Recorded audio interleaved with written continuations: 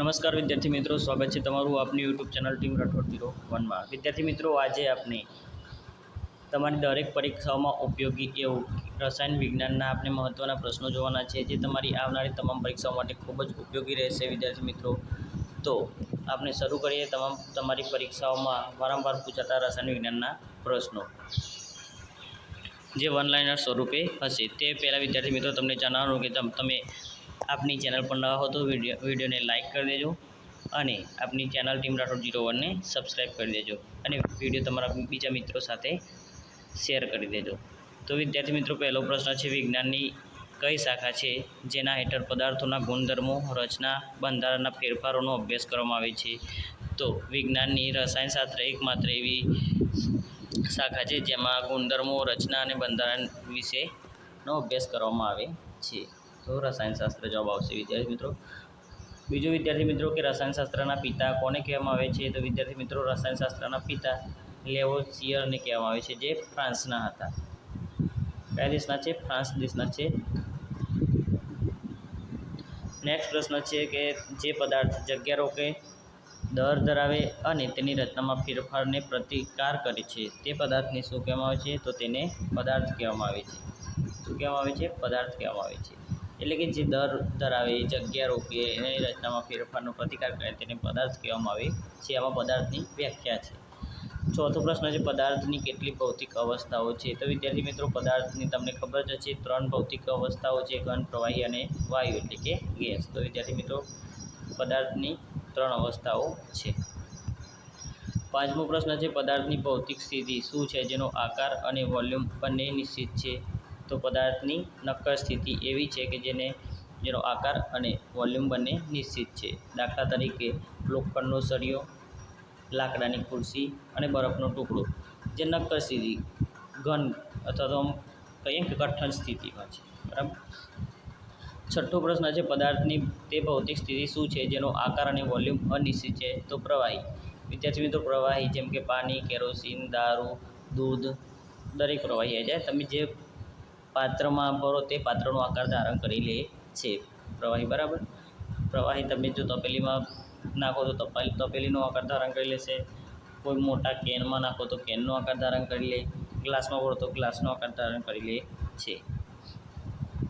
આગળનો પ્રશ્ન જોઈએ તો પદાર્થની ભૌતિક સ્થિતિ શું છે જેનો આકાર અને વોલ્યુમ બંને અનિશ્ચિત છે? તો વિદ્યાર્થી મિત્રો, ગેસની સ્થિતિ એટલે કે હવા, ઓક્સિજન એ અનિશ્ચિત સ્થિતિ ધરાવે છે।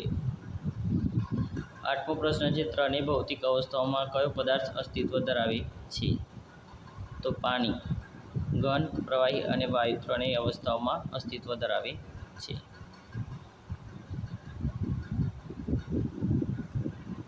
નવમો પ્રશ્ન છે, પદાર્થની ચોથી અવસ્થા કઈ છે? તો વિદ્યાર્થી મિત્રો, તમને ખબર છે, ઘન, પ્રવાહી અને વાયુ 3 અવસ્થાઓ છે પદાર્થની, અને ચોથી એ વૈજ્ઞાનિકોએ શોધેલી છે, જેને પ્લાઝ્મા કહેવામાં આવે છે, જે ઘણા ઊંચા તાપમાને આ અવસ્થા પ્રાપ્ત થાય છે।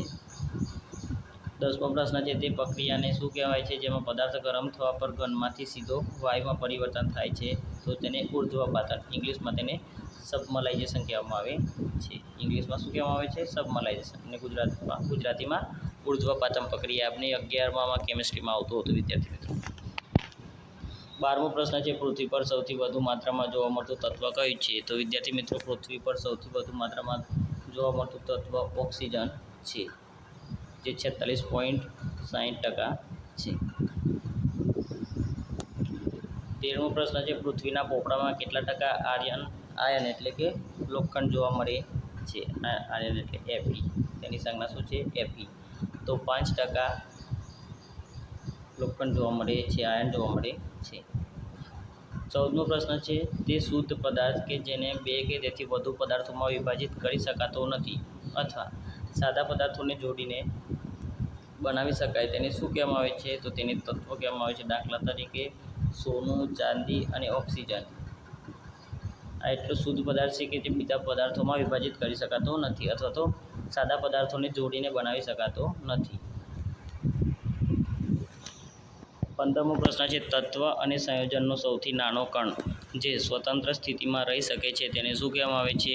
તો તત્વ અને સંયોજનોનો સૌથી નાનો કણ જે સ્વતંત્ર સ્થિતિમાં રહી શકે તેને પરમાણુ કહેવામાં આવે છે। 16મો પ્રશ્ન છે તત્વનો સૌથી નાનો કણ જે રાસાયણિક પ્રક્રિયામાં ભાગ લઈ શકે છે પરંતુ સ્વતંત્ર રહી શકતો નથી. એટલે કે તત્વનો જે નાનામાં નાનો કણ હોય તેને અણુ કહેવામાં આવે છે. તે પ્રક્રિયામાં ભાગ લે પરંતુ સ્વતંત્ર રહી શકતો નથી. તો આ અણુની વ્યાખ્યા થઈ. બરાબર વિદ્યાર્થી મિત્રો. 17મો પ્રશ્ન છે ચોક્કસ દબાણ પર પ્રવાહી સ્થિર થાય છે તે સતત તાપમાન શું છે? તો તેને ઠંડુ બિંદુ કહેવામાં આવે છે. ચોક્કસ દબાણ પર જે પ્રવાહી સ્થિર થઈ જાય તેને ઠંડુ બિંદુ કહેવામાં આવે છે. 18મો પ્રશ્ન છે સમાન પરમાણુ નંબર અને અલગ અલગ અણુ વજન ધરાવતા તત્વના અણુઓ શું કહેવાય? તો આઇસોટોપ. પરમાણુ નંબર સમાન ધરાવે વજન એટલે કે અલગ અલગ વજન ધરાવે તેને આઇસોટોપ્સ કહેવામાં આવે છે. કયા તત્વમાં સૌથી વધુ આઇસોટોપ્સ છે? તો પોલોનિયમમાં સૌથી વધુ આઇસોટોપ જોવા મળે છે. ખડકોની ઉંમર નક્કી કરવા માટે રેડિયોએક્ટિવ ડેટિંગ પદ્ધતિમાં કયા આઇસોટોપનો ઉપયોગ થાય છે? તો યુરેનિયમ આઇસોટોપનો ઉપયોગ થાય છે.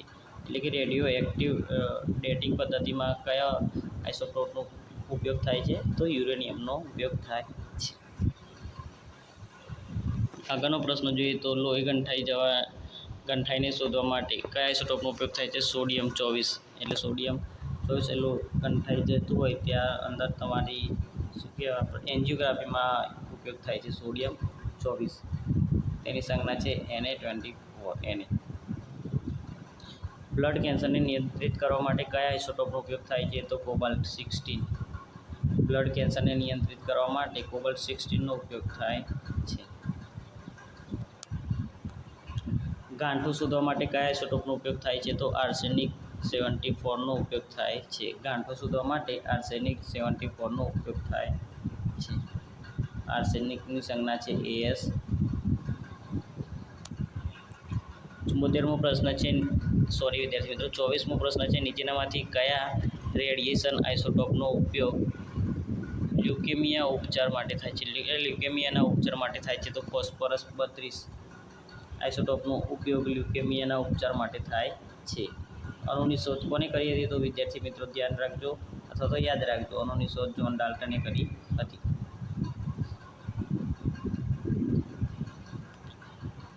અણુના ન્યુક્લિયસમાં કયા તત્વો જોવા મળે છે? તો અણુના ન્યુક્લિયસમાં ન્યુટ્રોન અને પ્રોટોન જોવા મળે છે. અણુના ન્યુક્લિયસમાં શું જોવા મળે છે? તો ન્યુટ્રોન અને પ્રોટોન. ચાર્જલેસ કણ કયો છે? તો ન્યુટ્રોન એ ચાર્જ વગરનો કણ છે. એટલે કે કોઈ પ્લસ કે માઇનસ લાગતો નથી તેના પર. સામયિક કોષ્ટકના પિતા કોને ગણવામાં આવે છે? તો સામયિક કોષ્ટકના પિતા મેન્ડેલિફને ગણવામાં આવે છે. 29મો પ્રશ્ન છે આધુનિક સામયિક કોષ્ટકની શોધ કોણે કરી હતી? તો હેનરી મોસેલીએ. હેનરી મોસેલીએ આધુનિક સામયિક કોષ્ટકની શોધ કરી હતી. 30મો પ્રશ્ન છે આધુનિક સામયિક કોષ્ટકમાં અનુક્રમે જૂથ અને અવધિની સંખ્યા કેટલી છે? એટલે કે હરોળની સંખ્યા કેટલી છે? તો 18 વર્ગો છે અને 7 જૂથ છે. વિદ્યાર્થીઓ સમયગાળો નથી. બરાબર.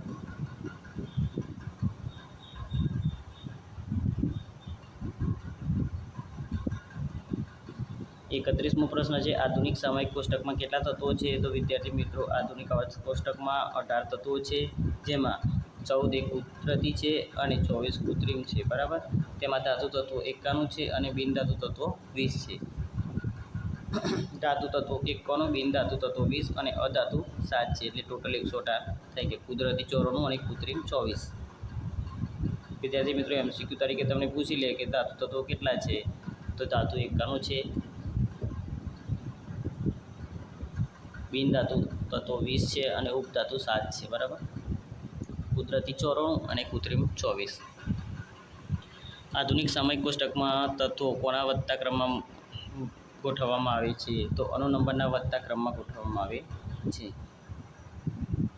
સામયિક કોષ્ટકમાં અત્યાર સુધીમાં કેટલા તત્વો શોધવામાં આવે છે? તો 118 તત્વો અત્યાર સુધી શોધાઈ ચૂક્યા છે. જેમાં 118મું તત્વ ઓક્સન છે જેની સંજ્ઞા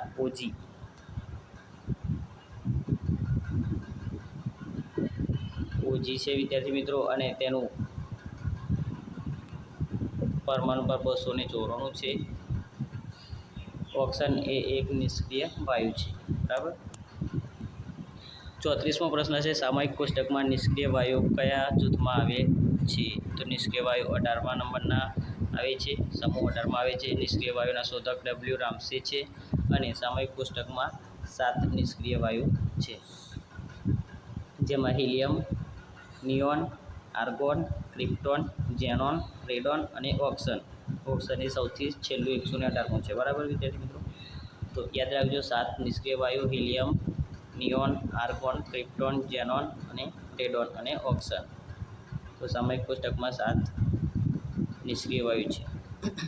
નિષ્ક્રિય વાયુનો શોધક કોણ છે? તો ડબલ્યુ રામસે. 35મો પ્રશ્ન છે આધુનિક સામયિક કોષ્ટકમાં સૌથી હળવો ગેસ કયો છે? તો વિદ્યાર્થી મિત્રો આધુનિક સામયિક કોષ્ટકમાં સૌથી હળવો ગેસ એ હાઇડ્રોજન વાયુ છે. હાઇડ્રોજનની વાત કરીએ વિદ્યાર્થી મિત્રો આપણે, તો હાઇડ્રોજન એ રંગવિહીન, ગંધવિહીન, સ્વાદવિહીન અને અત્યંત જ્વલનશીલ ગેસ છે. બરાબર? તે સામયિક કોષ્ટકમાં સૌથી હળવો ગેસ છે અને તેનો અણુ નંબર 1 છે. હાઇડ્રોજનની શોધ હેનરી ક્વેન્ડિસ દ્વારા કરવામાં આવી હતી. કોના દ્વારા વિદ્યાર્થી મિત્રો? તો હાઇડ્રોજનની શોધ હેનરી ક્વેન્ડિસ દ્વારા કરવામાં આવી હતી. હાઇડ્રોજન ગેસને ભવિષ્યનું બર્તન કહેવામાં આવે છે. તો વિદ્યાર્થી મિત્રો ભવિષ્યમાં આપણી કાર જે બાઇક છે તે બધું હાઇડ્રોજનથી ચાલશે. એટલે હાઇડ્રોજનને ફ્યુચર ફ્યુલ તરીકે ઓળખવામાં આવે છે. ફ્યુચર ફ્યુલ તરીકે કોને ઓળખવામાં આવે છે? તો હાઇડ્રોજન વાયુને. બ્રહ્માંડમાં સૌથી વધુ વિપુલ પ્રમાણમાં કયું તત્વ છે? તો હાઇડ્રોજન. હાઇડ્રોજન સામયિક કોષ્ટકમાં સૌથી હલકું તત્વ છે. 36મો પ્રશ્ન જોઈએ તો આધુનિક સામયિક કોષ્ટકમાં સૌથી હલકી ધાતુ કઈ છે? તો તત્વ પૂછે તો હાઇડ્રોજન અને ધાતુ પૂછે તો લિથિયમ, જેનો પરમાણુ નંબર 3 છે. આધુનિક સામયિક કોષ્ટકનું સૌથી ભારે ધાતુનું તત્વ કયું છે? તો ઓસ્મિયમ. ઓસ્મિયમ એ સૌથી ભારે તત્વ છે. હલકી ધાતુ પૂછે તો લિથિયમ અને સૌથી ભારે ધાતુ પૂછે તો ઓસ્મિયમ. OS એનો સંજ્ઞા છે. OS ઓક્સનની OG હતી. 38મો પ્રશ્ન છે આધુનિક સામયિક કોષ્ટકનો સૌથી મોટો સમયગાળો પીરિયડ 6માં કેટલા તત્વો છે? એટલે કે સૌથી વધુ તત્વો શામાં છે? તો 32માં. છઠ્ઠા નંબરમાં 32 તત્વો છે. બરાબર? આધુનિક સામયિક કોષ્ટકનો સૌથી નાનો સમયગાળો કયો અને તેમાં કેટલા તત્વો જોવા મળે છે? તો તેમાં એક જ છે. તેમાં તત્વોની સંખ્યા હાઇડ્રોજન અને હિલિયમ 2 જ છે. બરાબર? પહેલામાં. સૌથી તેજસ્વી અને સખત બિનધાતુ કઈ છે? તો હીરો. હીરો એ સૌથી સખત અને બિનધાતુ તત્વ છે. સૌથી વધુ જોવા મળતો નિષ્ક્રિય વાયુ કયો છે? તો આર્ગોન એ સૌથી વધુ જોવા મળતો નિષ્ક્રિય વાયુ છે. નિષ્ક્રિય વાયુઓમાં મુક્ત ઇલેક્ટ્રોનની સંખ્યા કેટલી છે? તો નિષ્ક્રિય વાયુઓમાં મુક્ત ઇલેક્ટ્રોનની સંખ્યા 0 હોય છે. બરાબર? તત્વોને લગતા અષ્ટકના નિયમો કયા વૈજ્ઞાનિકે આપ્યા? તો વિદ્યાર્થી મિત્રો અષ્ટકના નિયમો આપણે ભણવામાં આવતા હતા તે ન્યુલેન્ડ્સ નામના વૈજ્ઞાનિકે આપ્યા હતા. તો તત્વોને લગતા અષ્ટકના નિયમો ન્યુલેન્ડ્સ નામના વૈજ્ઞાનિકે આપ્યા હતા. 44મો પ્રશ્ન છે સામયિક કોષ્ટકમાં સૌથી વધુ સક્રિય બિનધાતુ વિદ્યાર્થી મિત્રો પૂછે છે. સક્રિય બિનધાતુ. સક્રિય બિનધાતુ કઈ છે? તો ફ્લોરિન. ફ્લોરિન તે દાંતના મીનોને સખત બનાવવામાં મદદ કરે છે. 45મો પ્રશ્ન છે કઈ બિનધાતુ સામાન્ય રીતે પ્રવાહી અવસ્થામાં જોવા મળે છે? બિનધાતુ વિદ્યાર્થી મિત્રો પૂછે તો બ્રોમિન એ બિનધાતુ છે જે પ્રવાહી અવસ્થામાં જોવા મળે છે.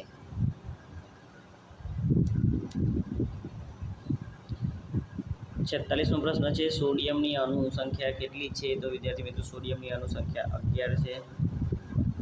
કઈ ધાતુને સફેદ સોનું કહેવામાં આવે છે? તો વિદ્યાર્થી મિત્રો પ્લેટિનમ એક એવી ધાતુ છે જેને સફેદ સોનું કહેવામાં આવે છે. સફેદ સોના તરીકે ઓળખવામાં આવે છે. અને તો પ્લેટિનમને. એકમાત્ર બિનધાતુ જે ગરમી અને વીજળીનું સંચાલન કરી શકે તે છે ગ્રેફાઇટ. ગ્રેફાઇટ એ ગરમી અને વીજળી બંનેનું સંચાલન કરે છે.